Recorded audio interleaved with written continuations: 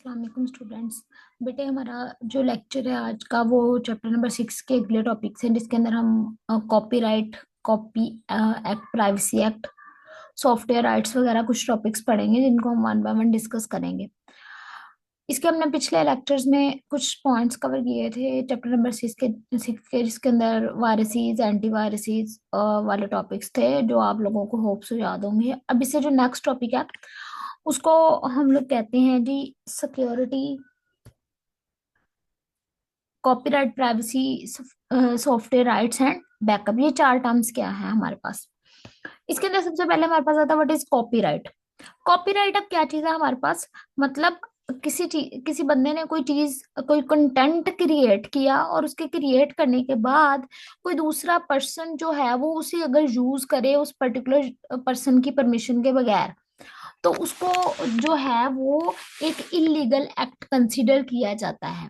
इस चीज को मिटिगेट करने के लिए एक कॉपीराइट की एक्ट को इंट्रोड्यूस करवाया गया जिसकी सबसे पहले हमारे पास डेफिनेशन है। Copyright is a legal right given to the creator of original work like literature, music, art and software, allowing them to control how their work is used, shared and reproduce. Copyright एक ऐसा law है जिसके अंदर वो creator जिसने वो particular काम किया होता है उसके पास एक राइट होता है कि उसका जो काम है वो उसकी परमिशन के बगैर कोई दूसरा पर्सन जो है वो उसको ना शेयर करे ना उसको रिप्रोड्यूस करे, किसी भी तरीके से उसको इस्तेमाल नहीं किया जा सकता। It's protect intellectual property. Intellectual property होती है जो उसने मतलब क्रिएट की। एक तो हमारी प्रॉपर्टी है ना, जैसे हम कहते हैं जी कोई जमीन का टुकड़ा है हमारे पास, कोई घर है, तो ये हमारी प्रॉपर्टी है। इंटेलेक्चुअल प्रॉपर्टी कहा जाता है किसी ने कोई वीडियो क्रिएट की, कोई सॉफ्टवेयर बनाया, कोई इस तरह का काम किया तो उसको हम लोग कहते हैं उसकी इंटेलेक्चुअल प्रॉपर्टी है। तो कॉपीराइट का असल काम क्या होता है? इंटेलेक्चुअल प्रॉपर्टी को प्रोटेक्ट करना, ensuring creator get recognition and financial benefits.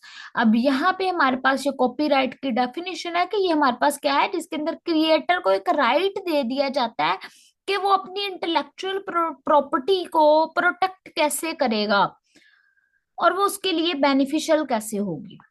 Copyright Act is a legislation that provides the framework for copyright law in the country. It defines the scope, duration, rights and limitation of copyright. ये आपको बताएगा scope क्या होता है, मतलब किस हद तक कोई बंदा किसी दूसरे क्रिएटर की वीडियो को यूज कर सकता है।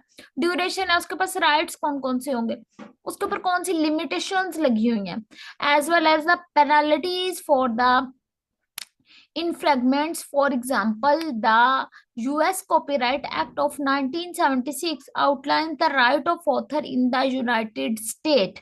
अब यहाँ पे क्या है, कॉपीराइट एक्ट के अंदर बताया जाता है कि किसी भी पर्सन की इंटेलेक्चुअल प्रॉपर्टी को कोई दूसरा यूजर जो है वो इस्तेमाल नहीं कर सकता, और अगर कोई ऐसा करेगा तो उसके खिलाफ जो है वो बंदा कोई ऐसा एक्ट ले सकता है कि उसको पेनल्टीज पड़ जाए, मतलब उसको कोई फाइन पे करना पड़ जाए या उसको कोई पर्टिकुलर जो भी उसके लिए एक पनिशमेंट या फाइन कह लें वो जो रिजर्व किया हुआ है वो उसको मिटिगेट करना पड़ेगा। तो इसको हम कॉपीराइट एक्ट बोलते हैं। उसके बाद आता है ये प्राइवेसी एक्ट। कॉपीराइट एक्ट, अब आपने ना इन टर्म्स के दरमियान में जरा डिफरेंस माइंड में रखना है।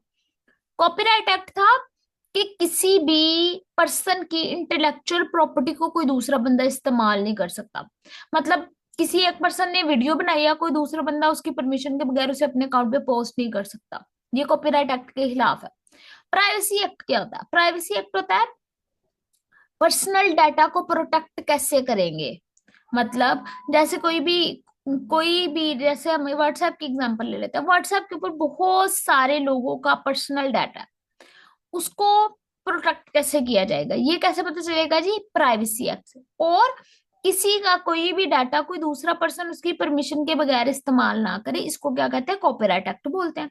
The privacy act is a law aimed at protecting individuals personal information from unauthorised access और disclosure It typically regulate how organization and government collect, store, and use personal data.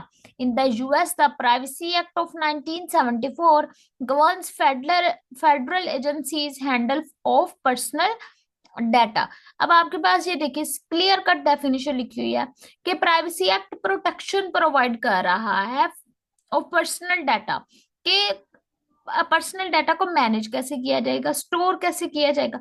और copyright क्या है, copyright भी एक protection ही है, लेकिन उसके अंदर वो क्रिएटर के पास अथॉरिटी होती है कि वो जी अपने डाटा को कैसे प्रोटेक्ट करेगा। और प्राइवेसी एक्ट में वो पर्टिकुलर ऑर्गेनाइजेशन प्रोटेक्शन प्रोवाइड कर रही होती है कि आपके डाटा को वहां पे प्रोटेक्ट कैसे किया जाएगा। उसके बाद आता है सॉफ्टवेयर राइट्स क्या होते हैं।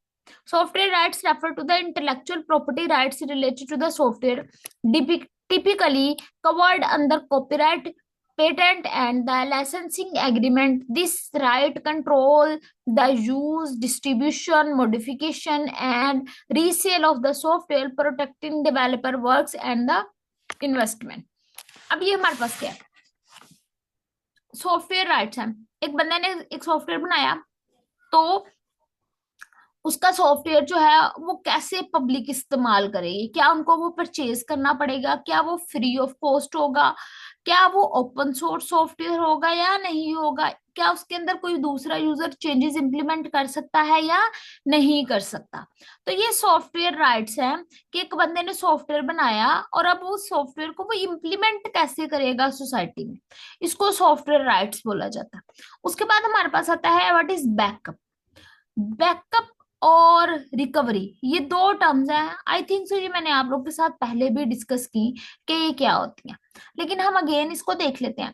बैकअप किसको कहते हैं, कोई भी चीज है मेरे पास, मैं उसकी डुप्लीकेट कॉपी करके स्टोर कर लूंगी ना, तो दैट इज कॉल्ड बैकअप। जैसे मेरे पास एक पर्टिकुलर कोई 10-12 पिक्चर्स पड़ी हुई थी, मेरे फोन में थी, मैंने क्या किया, एक यूएसबी मैंने कॉपी करके रख लिया।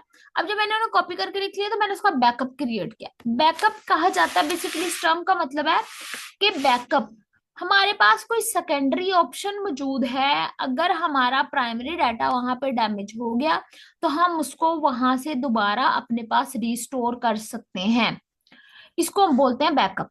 A backup is a copy of data saved separately from the primary storage to prevent data loss. It ensures data recovery in case of accidental deletion, hardware failure, and security breaches. अब आपके पास ये क्या चीज है कि हम लोगों ने इस चीज से अपने डाटा को प्रोटेक्शन प्रोवाइड करनी है कि अगर किसी भी तरीके से अनटेंशनली या अनइंटेंशनली, जैसे जैसे हम लोगों ने पिछले लेक्चर में पढ़ा इंटेंशनल और अनइंटेंशनल थ्रेट्स। इंटेंशनल में हमने पढ़ा था जो चीजें जानबूझ के की जाए, और अनइंटेंशनल होता है जो चीजें गलती से हो जाए।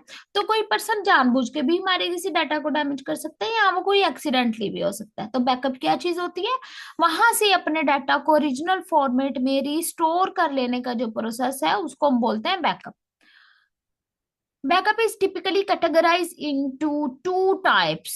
The first one is incremental backup and the second one is complete backup. इसके लिए ना मैं आपको एक छोटी सी एग्जांपल बताती हूँ, आपको उससे खुद ही समझ आ जाएगी।